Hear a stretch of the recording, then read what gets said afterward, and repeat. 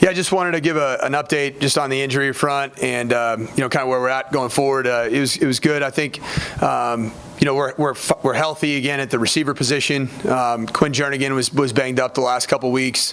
Didn't play much at all. In the last game, played less than 15 snaps. But he's been a major part of what we do offensively, and so it's changed our personnel up until that point. And then Ja'Cour Pearson coming back and getting healthy. And playing well, playing at a high level, and Lucky Jackson, also having the emergence of Jaquez Sloan. I think it's important for us just to, be able to get back to some of the stuff that we like doing with multiple receivers on the field, and I think that'll be big for us going forward in this game. 100 miles of hate, big one for us, big one for these seniors. Taking the game that we played, obviously to address that. I thought the fight was there. I do. I think the end of the game we let up in a gap. That's really what it was. We didn't fit the gap properly because we were selling out in the inside run and trying to get a stop in that situation, get the ball back for our offense. And it was a 14-point game, potentially make it a one-possession game, selling out, and we got out of our run fit, and that led to a touchdown. But the fight was there. I think the determination of our team to win the game was there. I think that they were excited to play, ready to play. It just comes down to us just making the plays and finishing when we have opportunities to do so, and just be opportunistic as a team in the red zone, scoring offensively, defensively, wrapping up and getting ball carriers down at the point of collision, and not being so quick to go for the strip attempt, but to fully wrap up, get the second guy there, wrap up, the third guy there, wrap up. And then in the kicking game, I think it's important for us to look at what we're doing. I mean, we went from having essentially 3 different guys a year ago handle punting, kickoff specialist, and field goal and PATs, and now that's one guy doing all 3. And so we went back and looked at what we're doing in terms of how much we're kicking him during the week, the fatigue that might come up on Ranella, and then also utilizing Nuss as well. I think both guys have shown the ability to do good things as place kickers, but just being smart with how much we kick Ranella during the week, because that's pretty rare to have a guy that handles all 3. And I have a lot of faith and trust in Alex Ranella. It's a management part on our behalf to put him in the best position to be successful, because special teams wise we can't lose the hidden yardage like we did in that game, and that's big. Going forward in this game against MTSU, but look forward to having a spirited week. There's no doubt that we're playing for these seniors. We're playing for their legacy. We're playing for the opportunity for them to play against and compete against and work everything that they can work to get a win against a hated rival. I'm not going to play it up any more or less than it should be, but it is a rivalry game that's separated by only 100 miles and one border, and there's a lot of recruiting battles that go on between these two teams. So we're playing this game and these next 4 games for this senior class and their legacy here, and we're not worried about the future today. We're worried about today itself and preparing for what lies ahead, and that's starting with practice today on Monday. Any residual effects from that Davis? There actually wasn't, and I'll be honest, and it was asked of me after the game. I saw the hit, when I saw the replay of it, when it was going to replay, that's when I realized that we got to look out for our players. We do, and I mentioned something about that. I mean, we didn't want to put Davis back out there, even if there's a slight possibility of something not being right. He went back out there for the 2-point conversion play, and honestly, it was he was cleared to play to come back. He was then reevaluated on the sideline, and then was once again cleared to return to play. So it's something that I take very seriously as the head coach, and also knowing the quarterback position. When we watched the film on Sunday of the hit itself, I got a lot of respect for him for bouncing back, and just popping right up after that hit. It was violent, he felt 100% okay, completely zero symptoms, on Sunday morning, and so that's a testament to his toughness, but also fortunate that it didn't end up being more than that. That place kicker spot, is that definitely Alex's job, or does Ryan have a chance there? Yeah, I think we're going to make it competitive. We're going to make it competitive this week, and I think we got to make sure we finish drives. If we make the chip shot field goal on the right hash. We're technically 4 for 4 scoring in the red zone. It seemed, like I said after the game, it seemed a lot worse than that. But if we just make that play, we make that kick, we're 4 for 4 in the red zone. We want to score touchdowns, and that's the goal offensively. But I think Ryan Nuss is also one of these seniors. Is playing his last 4 games here, and he's done a lot. He was pretty impactful last year in this game, and that doesn't fall on deaf ears.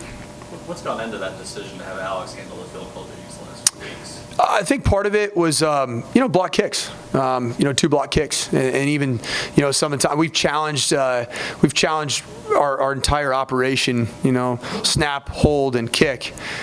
For the operation time to be, sub 1.3 seconds, but also for the kick trajectory to be higher, and that's something that we've been working with Nuss on is his trajectory, getting the ball up, and that's played a factor in it. Rennell is naturally a guy who the ball gets up, and so that played a role in it. How does your game preparation change having a shorter week? Well, I think it goes back to we got to give our players the best chance to go win, and whatever that may be. As a coaching staff, we got burned the midnight oil. I mean, I slept fast last night. Sunday night, right into Monday. We practiced today. What we decided to do is that we had an hour meeting with our players, no practice on Sunday. All right, so our off day is going to be on Saturday. The first 40 minutes made the coaches make teachable moments and great plays and bad plays from the FIU game, and then we blew a horn. And across, all through the hallways, it started the end of the FIU week. And started the beginning of 100 Miles of Hate. So we went right into it, 20 minutes of just straight Middle Tennessee State, and we buried the previous result. Buried it right there. And so Sunday the players got off, by I think it was 5 o'clock they were done, and then the coaching staff went to work about 5 to 12:30 last night, 1 o'clock. And then we were back up this morning. Because of class conflicts on Monday, we typically, Monday being an off day, it's a heavy academic day for our players. So we had to meet this morning with our players at 7 a.m. Did morning meetings, so that's why we worked so late last night. That's why I'm hopped up on coffee a little bit today. But we're attacking this week to give them everything they need to be successful. And then really today, once we get through Monday's practice, we're in a normal game week because Monday's practice today, the thing we had to squish a lot into was Sunday, Monday, had to really replicate Sunday, Monday, Tuesday of a normal week. Now that you have 4 games left, how are you going to manage some of this redshirt situation with some of these freshmen? Are we going to start to see some more of those guys on the field this week? Yeah, it's funny. We're going to continue to watch that and follow that. We're going to look into what's in the best interest of the football team and winning these last 4 games, for our seniors. But we're also going to look at it too, with that in mind, what's the best, interest of each one of the players. And so, a couple guys that have really stood out to me as true freshmen on special teams in particular, and I want to make special note of A.J. Brathwaite out of South Florida, Miami product. He's doing a lot of the things naturally and with great speed and physicality that you would mostly see in an upperclassman. Another guy that I'd noticed just in scout team, being over there with the offense and the defensive scout team was Trey Leslie, a linebacker. Every single day he's got a physicality to him that our offensive line loves. I mean, they hate to see him every day, but he's made us better because he comes downhill, he fills downhill violently. And I was sitting in a special teams meeting a couple weeks ago. I saw him, he was chomping at the bit to play, and I told Coach Crum right after the special teams meeting, I said, I want him running down on kickoff next game. And so he's now on kickoff coverage. He's on kickoff return. He's starting to emerge on the punt team. And those are things that you want to see. BJ Krim is another guy that we've identified as a freshman that's contributing on special teams. Beanie Bishop has speed, and you're seeing him run down on special teams. And then some of the offensive guys that we already know about. that are playing as true freshmen. Gino Appleberry and Garland LaFrance kind of go without saying. Kivaris Thomas is a guy that we got to manage because he does have one game left. And so we're going to keep him available, for each one of those next 4 games, and which one we utilize him in will be determined both in the game week and potentially even at game time or during the game. Speaking of Gino and Garland, at the start of the year, you had a lot of guys on that running back depth chart, and you said you kind of wanted to narrow that and find your go-to guys. Do you think you've done that? We have. And the one thing that's awesome about where we're at, with Furby coming back, getting a touchdown and getting his confidence back, that's senior veteran presence that we need to have out on the field. You can look out there in any given snap, and there's really not one player that's out there on the field that's been here for more than 3 years. That's on offense. That's something that DeAndre Furby brings to the table when he's out there on the field, and he ran decisively, and so we're going to see more of him this week, especially him being back home, in Middle Tennessee, guy that grew up in Nashville area and playing, potentially his last game in the Nashville area. We'll see how that goes, obviously, with his decision potentially having another year. We want him to have a great last 4 games, and he's proven that he's healthy and up for it. But the other 3 freshman running backs that we have are starting to show a lot of maturity and growth, and that's awesome because you're gonna have 3 sophomore running backs with experience, growth that kind of add a different dimension, and then you're gonna have this other guy come back named Jakari Moses that did a lot as a true freshman himself and grew a lot himself. So I'm excited about where that position is going. I've seen a lot of growth. I mean, I was a maligned group. Coming into this year. I think the offensive line was a maligned group coming into this year.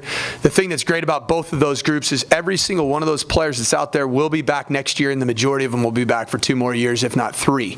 The offensive line right now, when you look at that and their growth and what we're doing and running the football, FIU being one of the better defenses in all of Conference USA from top to bottom, to rush for 168 yards, obviously that's an achievement for us to have 2 backs that are getting close to that 100-yard mark again 2 weeks in a row. I think that's an achievement for us. But what I love about that group of offensive linemen is that you can tell there's a look in their eyes that they believe in what they're doing, they believe in themselves, and they're paving ways to run the ball physically. It also shows that we're going to have 7 returning starters next year at the offensive line. That's 7. That's outstanding. You got the 5 that are playing consistently: Parker Howell, Tyler Witt, Seth Jost, Jordan Meredith, and Miles Pate. 5 across, and then you really think Cole Spencer started 8 games here on the Hill, or maybe 7 games on the Hill. Might be higher than that, but and then Mason Brooks is playing and starting in games as well. So you're gonna have 7 experienced starters coming back, and that's gonna make it so much better. In addition to all the other guys that are playing, and that's exciting because the future looks good. But like we said, we're more concerned about today. And today, I see an offensive line that's believing in themselves, that's believing in what Coach Woods is teaching them, and then most importantly is running, is setting the tone for the run game that we need to set. Mike, what is it about when you watch them on video or paper film, however you want to word it? What is it that you respect about Middle Tennessee's team this season compared to what you saw last year? Well, it goes without saying that they've been able to keep Brent Stockstill upright and healthy without, with the exception, I believe, of was it the Marshall game? FIU game, excuse me. FIU game. I think he makes them go. He does. I think they have a capable backup quarterback. You see that, but they go as Brent Stockstill goes. He's a warrior. He's been playing for a long time. I felt like when I was a GA, he was playing as a freshman. It seems like Brent's been playing for a long time, and I had a chance to visit with him at conference media days or over the last 2 years, and he wants to go into coaching.